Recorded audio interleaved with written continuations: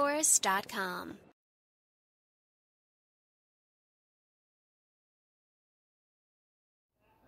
Calm down, Clementine. You don't know crap yet.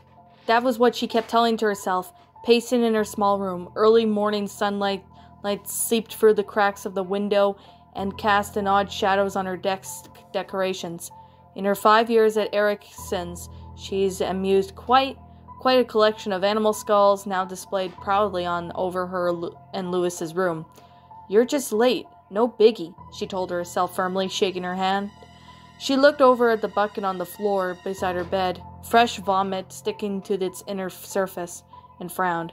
The bed covers were strewn, and around 5 pillows were covered from the bed head to toe. Clem had been finding out the hard way that Louis was indeed a pillow hog when he had brought all of his stuff to her room 4 years ago. Half of his stuff was his pillows, which he guarded jealously. Louis himself was not around. He had woken up early to do the morning shift, and had left her to sleep in. Clem had rather been sick for the past few days, and he didn't want to bother her. Now consider it, she thought, rolling her eyes. As she tried to move forward onto the bed, another cramp reached her abdomen, and she bent over in pain, clutching her stomach. 13 years surviving the apocalypse, and I'll get killed by a stomach bug? She amused, chuckling to herself in the irony of her statement.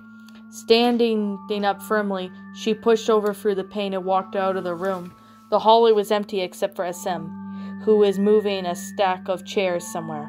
Over a couple of months, he had been trying to unsuccessfully grow a beard. It wasn't suiting him very well, Clementine thought. He looked up and down and raised an eyebrow. Louis said you'd be in bed all day, he pointed out. Do I look like I'm in bed? She asked irritably, rolling her eyes. Backing off, Asim nodded.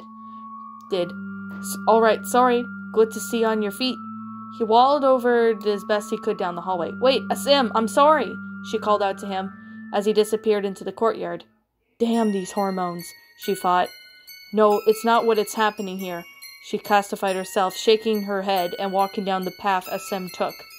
Outside she saw Asim setting the stack of his chairs down near hunched Violet, who thanked him. AJ was sitting on the steps of the admin building, talking abruptly with 10. Her small boy had grown into a strong 10-year-old, every day taking more and more after his father. He's Alvin's son, all right, he thought with a smile. When AJ spotted Clem exiting out of the dorms, he sprinted towards her direction, launching himself at her. Doubling over in pain, Clem groaned under his weight and almost collapsed. By now, he was almost the same height as her, and definitely more athletic. He backed away, and a concerned expression on his face. Oh crap, Clem, I'm sorry, he blurted out, helping her to her feet. It's okay, kiddo, she reassured her, ruffling his hair. I'm just rather tired this morning. There's nothing more beautiful than most beautiful woman in the apocalypse. She heard the singing voice coming from the left, and she could see a very giddy-looking Louis walking in her direction. Charles was hoisted on his right shoulder, and he had rid himself from the usual trench coat and more comfortable leather jacket. And here's the funniest man in the apocalypse, she responded on her hand on her hip and a smile on her face. How did you get beautiful and I get funny? He said offensively, clutching his heart dramatically. This relationship feels unbalanced, Your Majesty. Well, you're funny, AJ stated with a matter-of-factly. Louis looked at him for a moment, and then eventually nodded.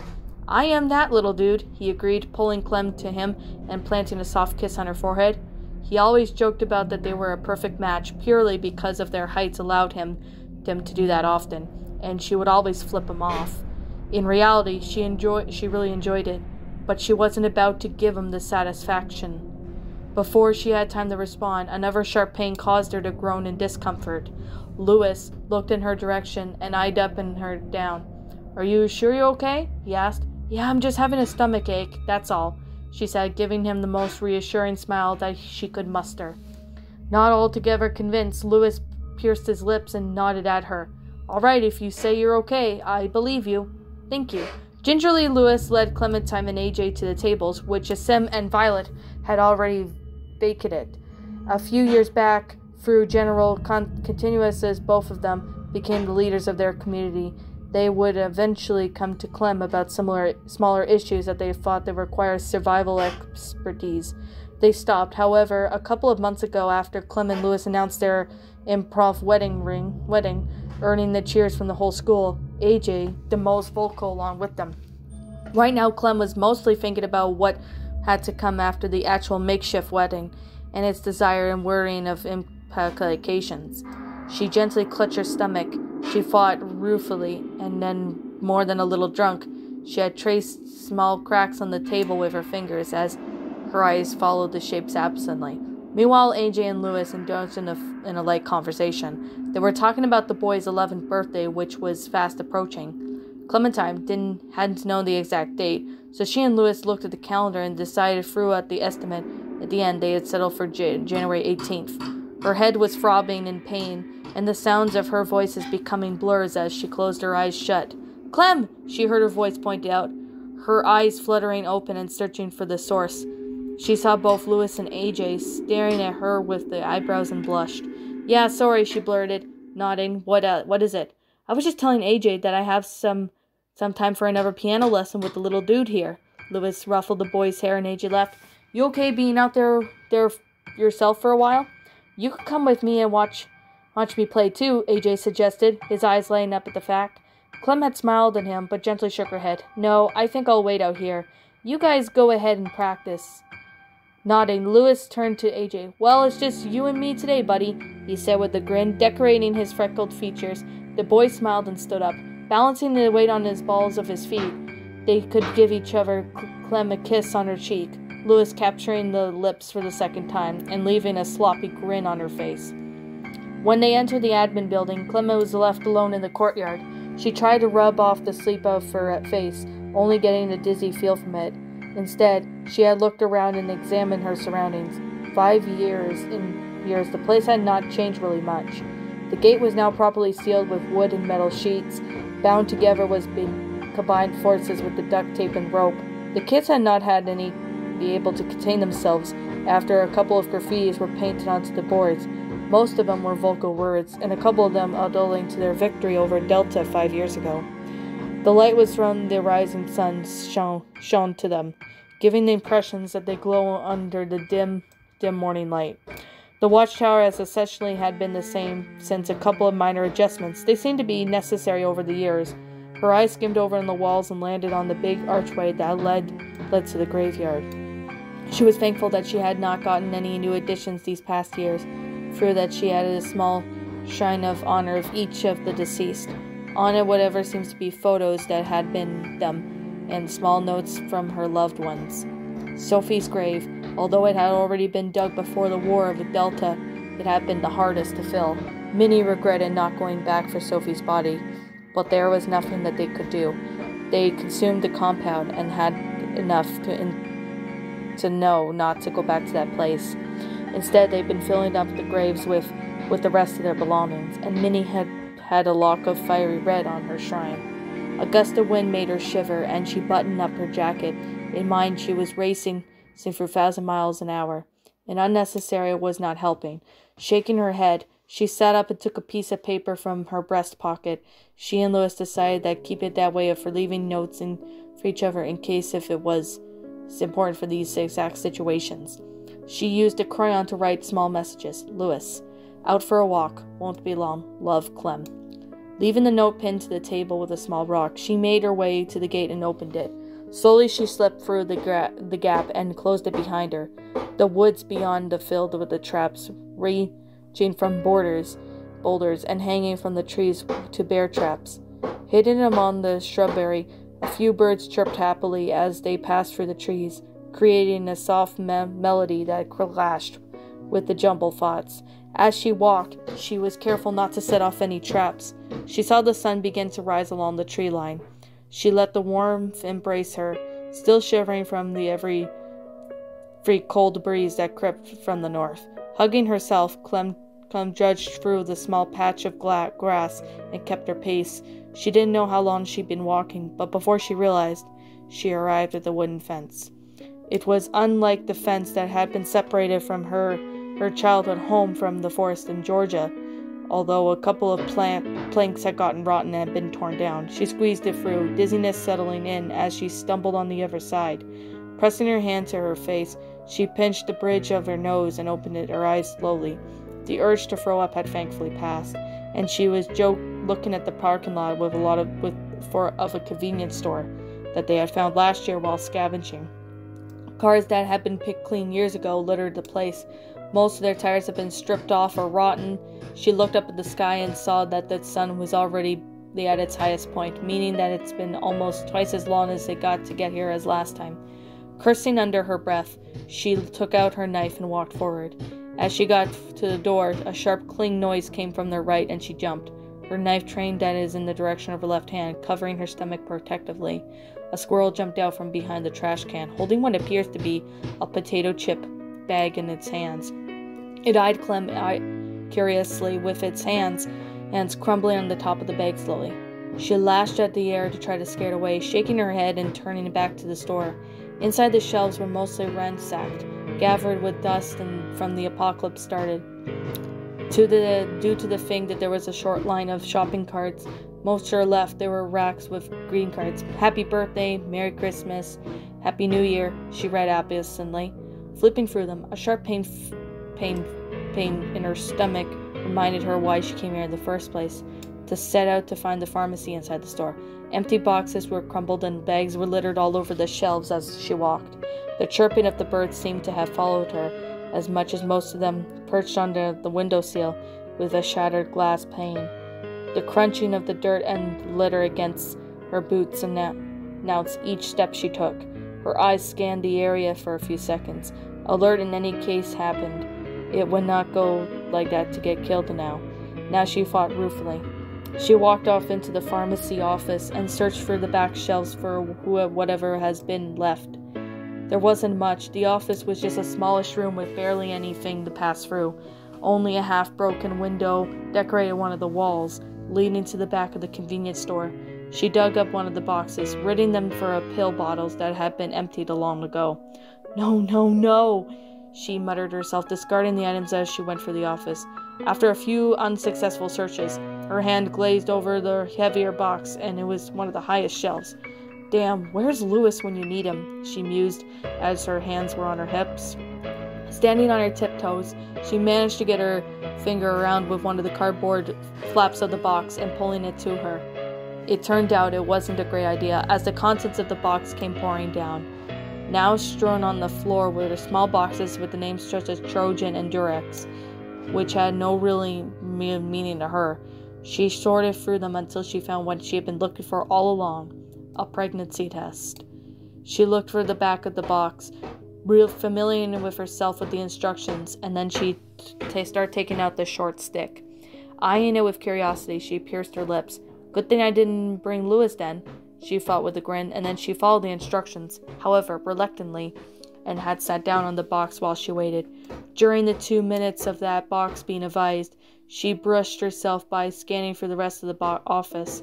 She could see some posters for some healthcare business. They have advised people to always have their shots up to date. Didn't do much good now, did it? She thought. She wondered after all these years how many people were actually left. Not many, probably, she reasoned out loud, but before her morbid thoughts could take another turn, a faint beeping escaped the stick in her hand, and now it had a working battery left after over 13 years. She didn't have a clue. She decided not to question it, and taking a deep breath, looked at the small screen, and it was. Then a loud bang came from outside the office, had her eyes pulled upwards, stuffing in the stick through her jacket pocket.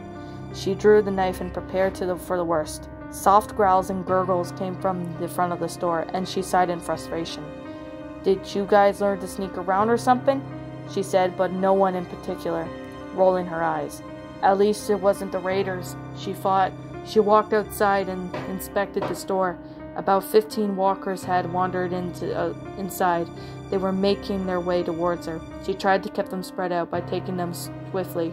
As she dove the knife into the skull with the 10th walker, a sharp pain in her stomach brought her down with it. God darn it! She swore, clutching her abdomen with one hand and a knife with the other. Before she could bring herself up to her feet again, a walker fell on top of her, its teeth dangerously close to her face. With all the force that she could muster, she struck its skull from the side with a knife. The dead weight of the walker weighed her down, making her groan as she tried to escape its clutch. With barely any room to spare, she squeezed away from the grip and scrambled onto her feet. She was surrounded by at least 7 of them, slowly dragging her feet towards her. The broken glass crunched under their dead weight, creating an accompaniment of the sound of the combined with their loud growls and chirping birds. "All right, come here," she yelled, brandishing her knife again. "Come here, you walkers!" "You're overreacting, Lewis," AJ assured the man as he watching him pace in the courtyard. Violet and Nassim were seating at the table beside AJ, eyeing at the gate nervously while Willie stood on the watchtower, scanning the tree line. "What do you mean, little man?" Lewis exclaimed, throwing his arms in the air. "My wife could be in trouble out there." The sun was scraping by the treetops by now, and the crescent moon was creeping onto its ways on the sky on the east. Omar was already preparing the fire for dinner, and Ruby was collecting some vegetables from the greenhouse. "She's been out there longer," the boy reasoned, shrugging. "Clem could take care of herself out there. Don't worry." "He's right, Lou," Violet spoke up, her eyes glued to the dark extractor. "Clem will Lewis! Violet!" came Willie's booming voice. "She's back!" Lewis's head perked up and rushed to the gate. Looking through the bars in the darkness, he spotted Clementine stumbling her way through the trees. She was clutching her stomach, and her face was controlled in pain. But what caught his attention was the amount of blood on her jacket. "Clem!" he exclaimed, opening the gate and running towards her. He wrapped his arms all over his shoulder and dragged her inside. As soon as they got across the walls, she collapsed under her weight. "What happened?" he cried, his eyes scanning her face closely. She trailed off, too short out of breath to talk. It was the only way that Lewis saw her hand clutching on the right side of her abdomen firmly. "Clem?" he whispered, his eyes wide eyeing on her hand warily, and then finding her own golden eyes. "What do you have there?" "I'm sorry," she said, simply closing her eyes. It wasn't her words that she threw him off, but a small smile crept on her face. Frowning, he took a look at her hand. She promptly released her grip on her jacket and then revealed a small white and pink stick around of her folded paper in her pocket. Lewis took the stick warily in his hands and inspected it. It was thin on the side and got progressively thicker as the tip was moist, and on the fixed side there was a small screen. On the screen displayed in pink, and it was a plus sign. Confused, Lewis took the paper and unfolded it, and beside the picture was a woman holding a baby and a small message below it. "Congratulations, you're going to be a daddy," it read. His eyes widened in shock. He looked back up at Clementine, whose eyes were open again. Her pain seemed to have dismissed for her to smile at him. Taking a deep breath, she nodded and took his hand. "It's positive." Why, hello there, my little pretties. It's me, the Shadow Lioness. I hope you all enjoy my video of creepypasta. So, without further ado, if you liked the video, please leave a like. And if you want to survive my cave of terror, please hit the subscribe button down below. Leave a comment in the comment section down below. Donate to my Patreon when you can. And the only way you're going to survive me in the cave is you're going to have to sub to me and press the bell for notifications so you'll get to know when I upload. Well, without further ado, my little pretties, I'll see you in the next video.